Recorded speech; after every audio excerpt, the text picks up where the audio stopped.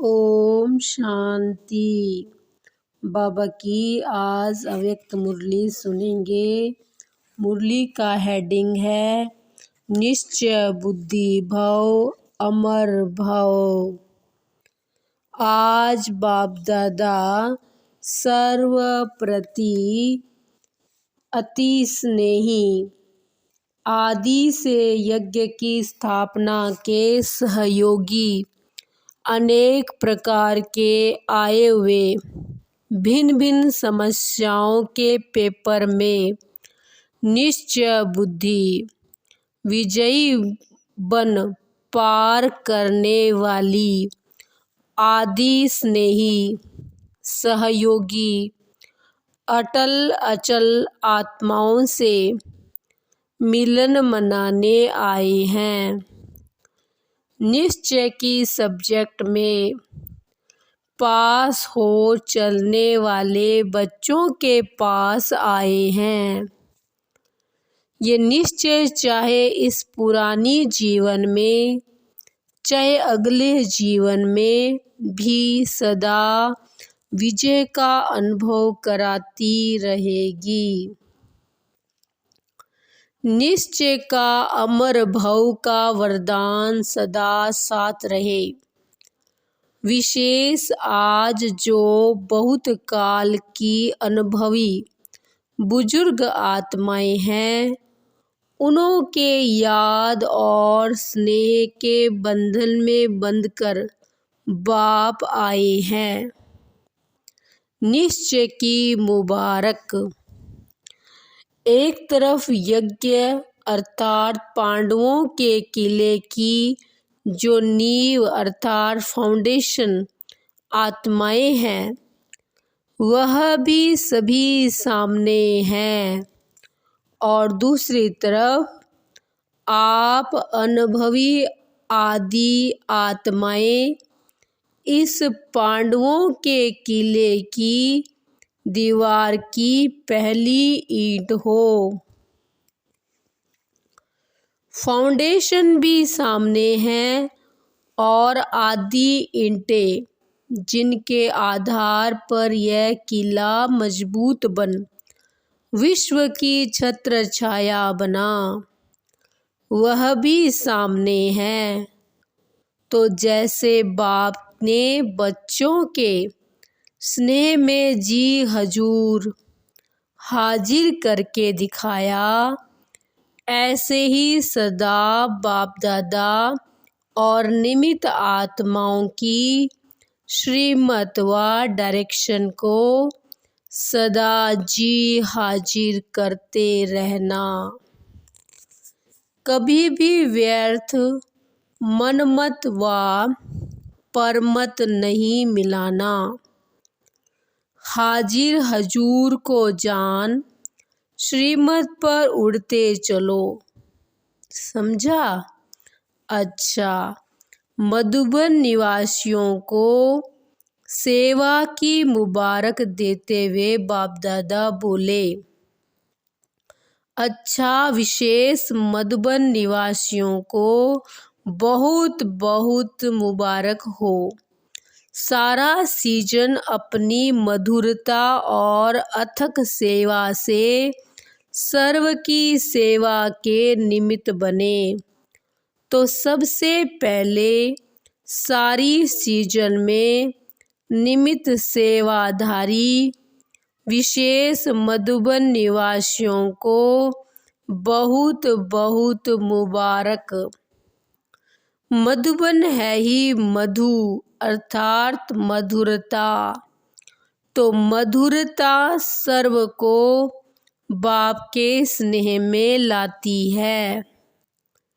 इसलिए चाहे हाल में हो चाहे चले गए हो, लेकिन सभी को विशेष एक एक डिपार्टमेंट को बाप दादा विशेष मुबारक सेवा की दे रहे हैं। और सदा अथक भव मधुर भव के वरदानों से बढ़ते उड़ते चलो।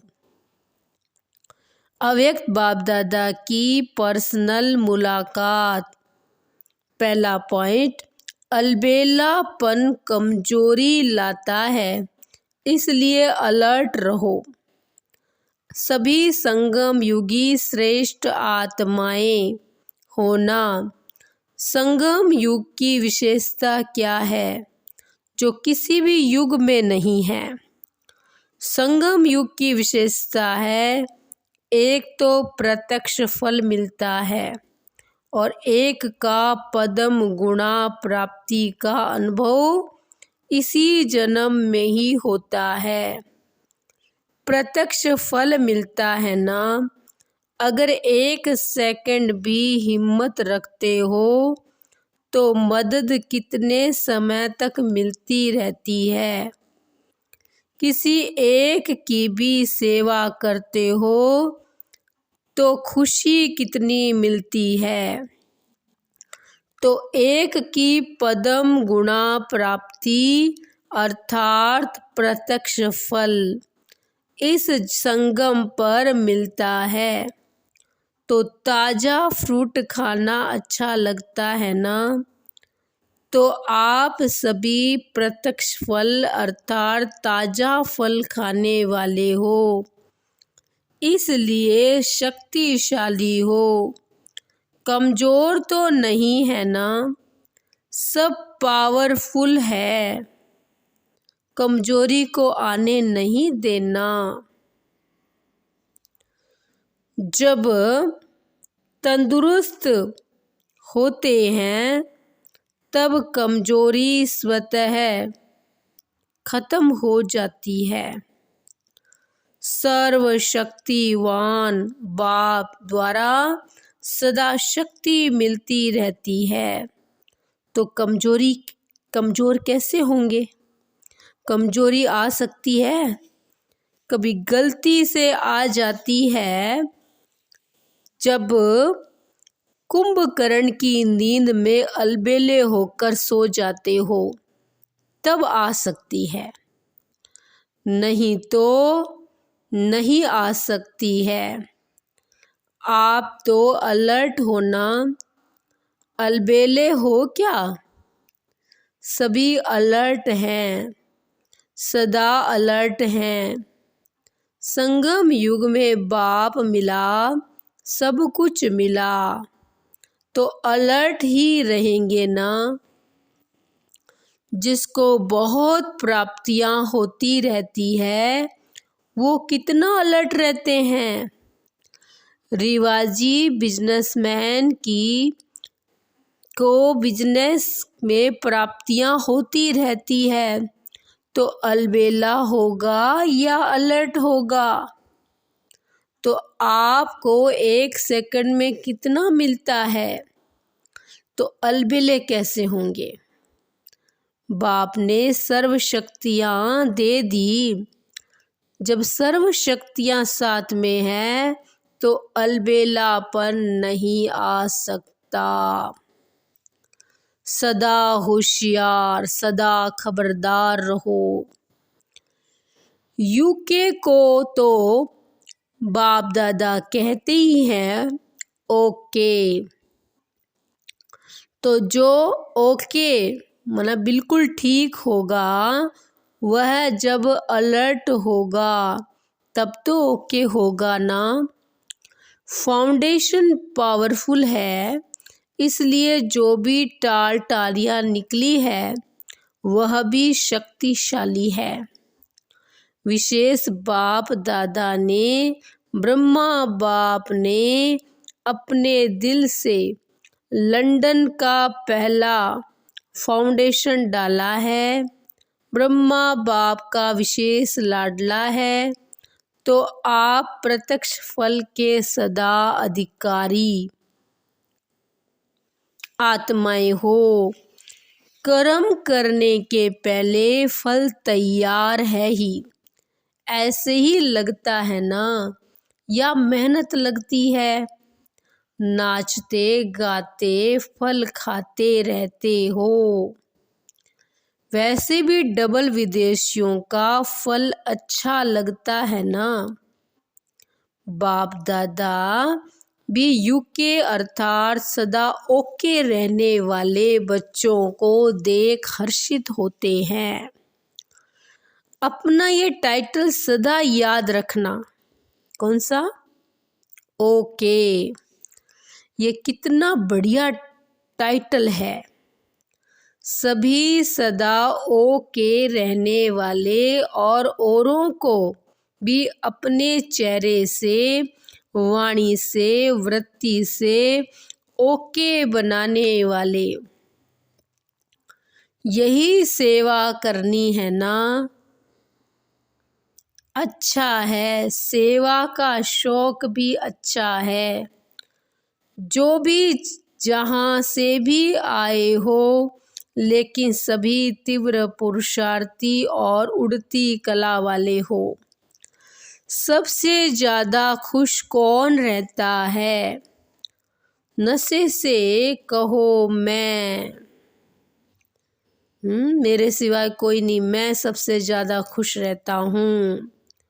सिवाय खुशी के और है ही क्या? खुशी ब्राह्मण जीवन की खुराक है। खुराक के बिना कैसे चलेंगे? चल रहे हैं हो तो खुराक है, तभी तो चल रहे हो ना। स्थान भी बढ़ रहे हैं। देखो, पहले 3 पैर पृथ्वी लेना बड़ी बात लगती थी, और अभी क्या लगता है? सहज लगता है ना। तो लंदन ने कमाल की है ना। अभी 50 एकड़ ज़मीन मिली है, किसी ने कहा। हिम्मत दिलाने वाले भी अच्छे हैं और हिम्मत रखने वाले भी अच्छे हैं। देखो, आप सबकी अंगुली नहीं होती तो कैसे होता?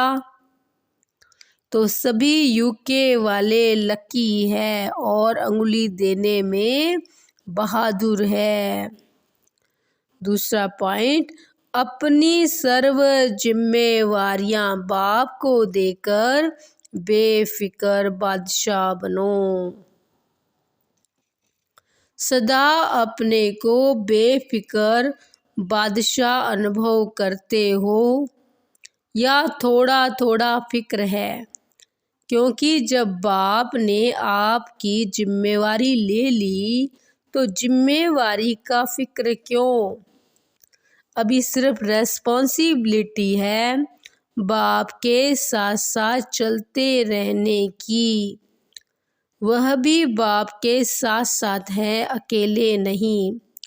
तो क्या फिक्र है? कल क्या होगा ये फिक्र है। जॉब का फिक्र है। दुनिया में क्या होगा ये फिक्र है। क्योंकि जानते हो कि हमारे लिए जो भी होगा अच्छा होगा। निश्चय है ना? पक्का निश्चय है या हिलता है कभी? जहाँ निश्चय पक्का है वहाँ निश्चय के साथ विजय भी निश्चिंत है।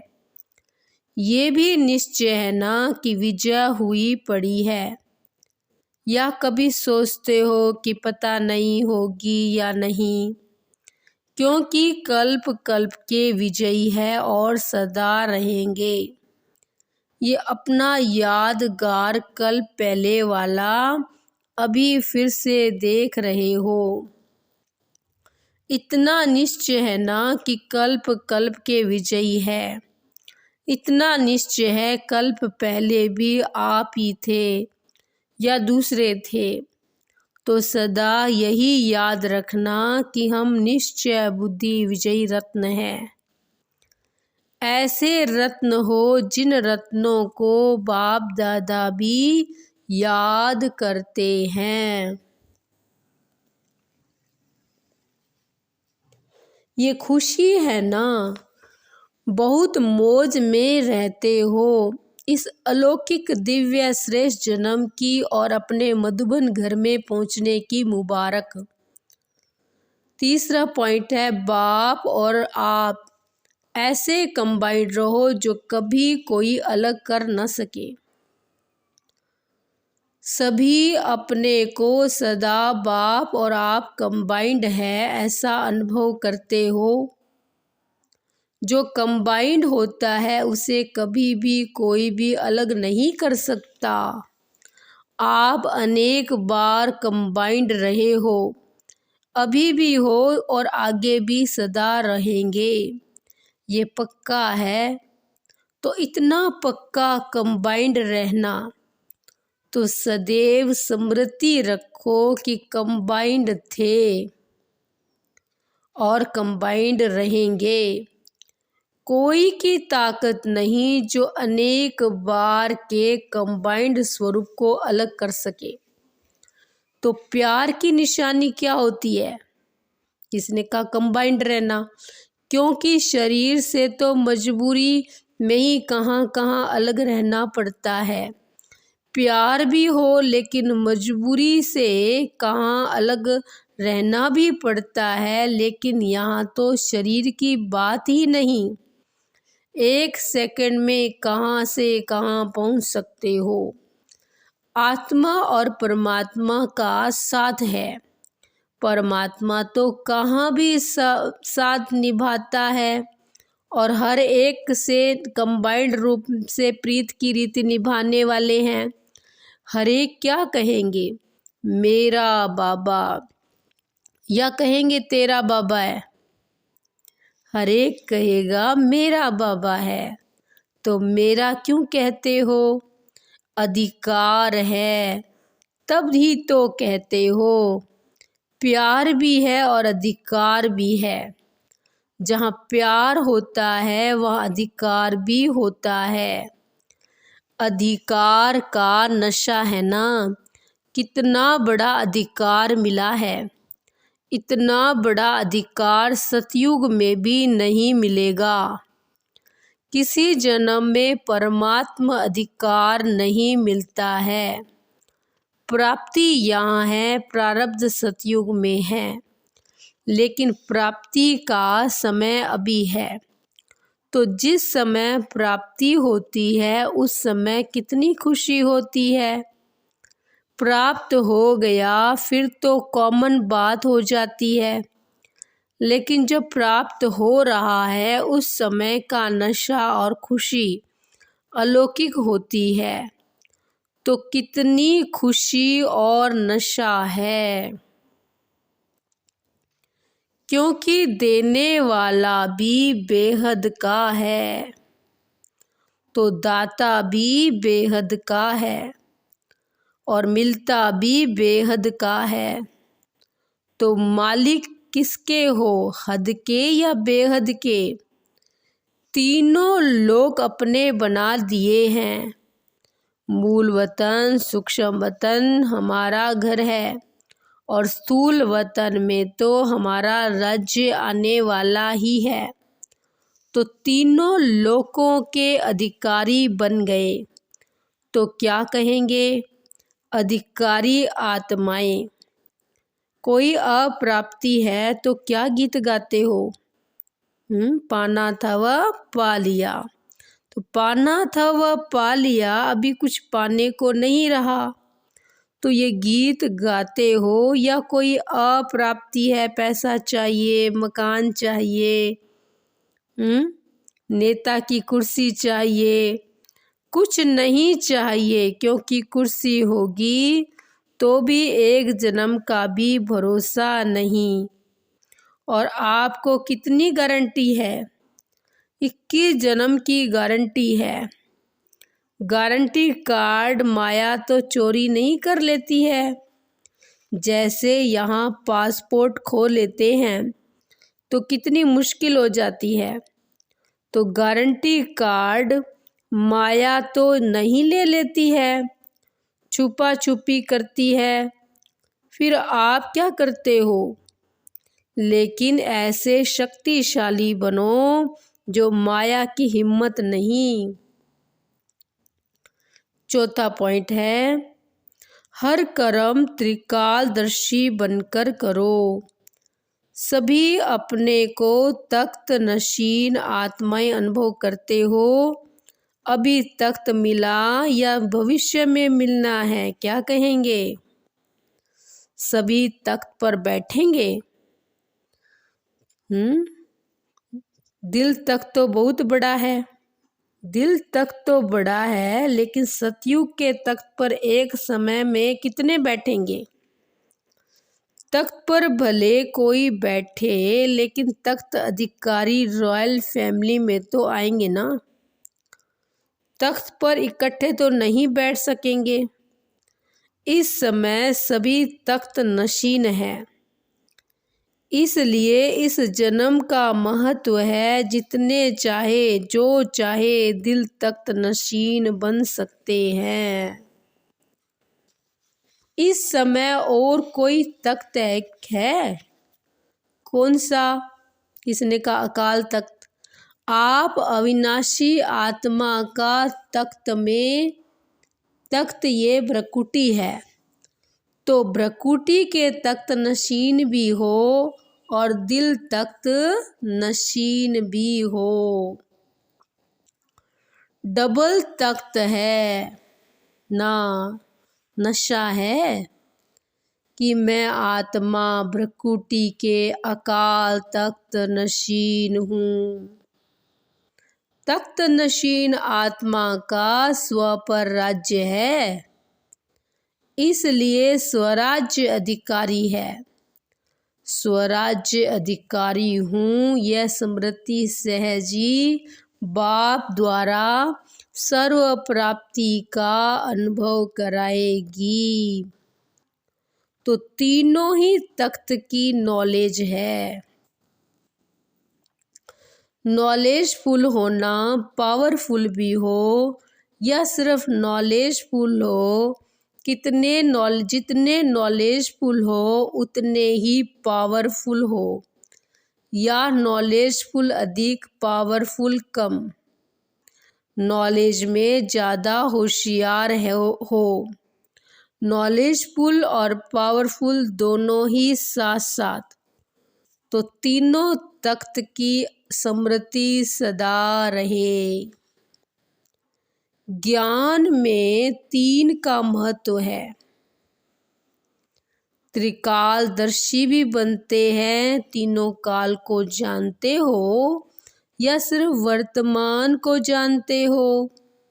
कोई भी कर्म करते हो तो त्रिकालदर्शी बनकर कर्म करते हो या सिर्फ एकदर्शी बनकर कर्म करते हो? क्या हो, एकदर्शी या त्रिकालदर्शी? तो कल क्या होने वाला है वह जानते हो? कहो, हम यह जानते हैं कि कल जो होगा वह बहुत अच्छा होगा। ये तो जानते हो ना। तो त्रिकालदर्शी हुए ना। जो हो गया वो भी अच्छा, और जो हो रहा है वह और अच्छा, और जो होने वाला है वह और बहुत अच्छा। ये निश्चय है ना कि अच्छे से अच्छा होना है, बुरा नहीं हो सकता। क्यों? अच्छे से अच्छा बाप मिला है। अच्छे से अच्छे बाप आप बने, अच्छे से अच्छे कर्म कर रहे हो, तो सब अच्छा है ना। कि थोड़ा बुरा थोड़ा अच्छा है?